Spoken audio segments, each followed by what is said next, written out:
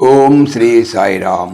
1969 సంవత్సరం అక్టోబర్ నెల సనాతన సరస్సులో భగవాన్ శ్రీ సత్యసాయి బాబా వారిచే రచింపబడిన భాగవత వాహిని నుండి కొంత భాగం తెలుసుకుందాం. సాయిరామ్. బలరామకృష్ణులు సాందీపుని గురుకులములో చేరిన నాటి నుండి మన బలరామకృష్ణులు సాందీపుని చెంత భయభక్తులతో మెలుగుచూ విద్య అభ్యసించుతుండేరి. బిడ్డలు లోకమన వేలకు లక్షలకు కోట్ల కలరు కానీ గురువునకు తృప్తిని కలిగించు విద్యార్థులు నూటికొకరైనను కనిపించరు.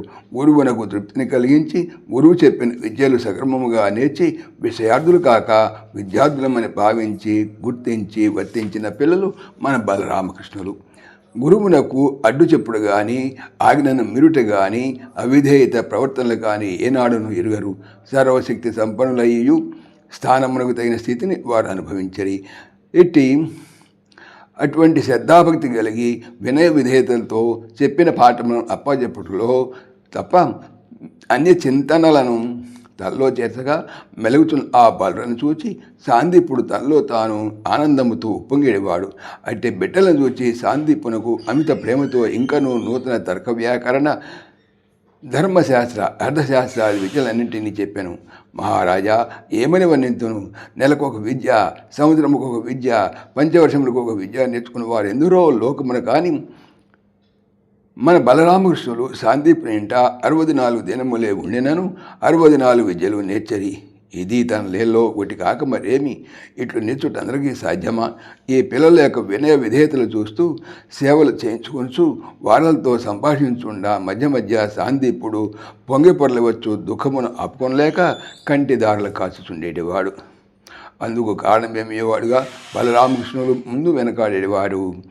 ఎట్టకేలకొకనాడు గోపాలుడు గురువారితో వినయముగా చేతులు కట్టుకొని, గురువతమ, మా గురుతో మాట్లాడున్నప్పుడు అప్పుడప్పుడు తమరు ఏదో విషయమును తలంచుకొని కంటిదారులు కాచుతుందరు. దీనికి కారణము మాకు తెలియవచ్చునని మీకు తోచిన తెలుపుడు అని ప్రార్థించగా ఆ ప్రార్థనలో సాందీపుని కడుపులోని బాధ కదిలించి వచ్చినది. పట్టలేని దుఃఖముతో గోపాలను కౌగిలించుకొని గూడున ఏడవ ఆరంభించాను. గోపాలకు అన్నియూ తెలిసి తెలియని వాని వలె నటిస్తూ, గురూజీ, మీ దుఃఖమునకు కారణము తెలుపుడు. దాన్ని నివారించుటకు మా సాయశక్తులా వినియోగించి ప్రయత్నించము. గురువుని సంతోషపెట్టుట కంటే మాకు వేరెండు పవిత్ర కార్యము లేదు. మీరు సంశయించగా మేము పిల్లలమని భావించగా సెలవిండని గోపాలు సాందీపుని అనేక విధముల ప్రార్థింప సాందీపుడు సందర్శించేరి. బలరామకృష్ణులను ఇరువైపులా చెంతచించుకొని, నాయనలారా, ఇటు శిష్యులు చిక్కుట నా భాగ్యం. మీ మాటలే నా కార్యమును సాధించి ఇచ్చినంతటి ఆనందం అందించినవి. మీరు సామాన్య బాలుర కారని ఆ అంతరాత్మ నాకు బోధించున్నది.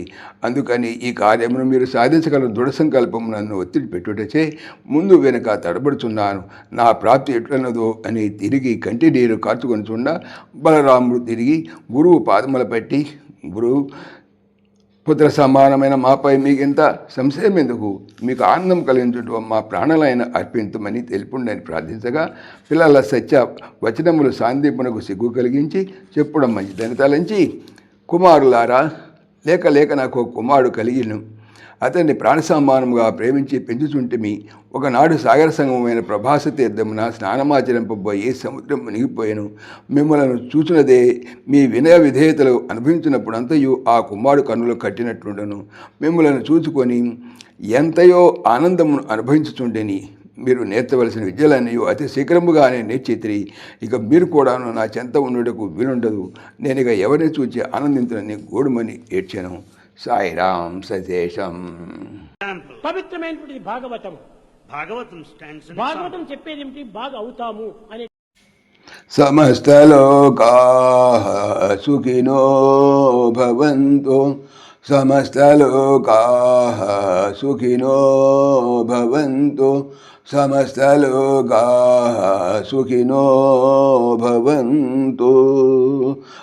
ఓం శాంతి శాంతి శాంతి. జై బోలో భగవాన్ శ్రీ సత్య సాయి బాబాజీకి జై. సర్వం సాయీశ్వరార్పణమస్తు. ఆత్మీయులకు మనవి, ఈ ఛానల్తో పాటుగా లెరన్ భగవద్గీత, లైవ్ గీత అనేటువంటి భగవద్గీత ఛానల్ మరియు భక్తి పరిమళ టీకా భాగవతం అనే భాగవత మరో ఛానల్ను స్వామి నా చేత చేయిస్తున్నారు అని తెలుపుతున్నాను. వీటికి సంబంధించిన లింక్స్ డిస్క్రిప్షన్లో చూడవచ్చు. సాయిరామ్.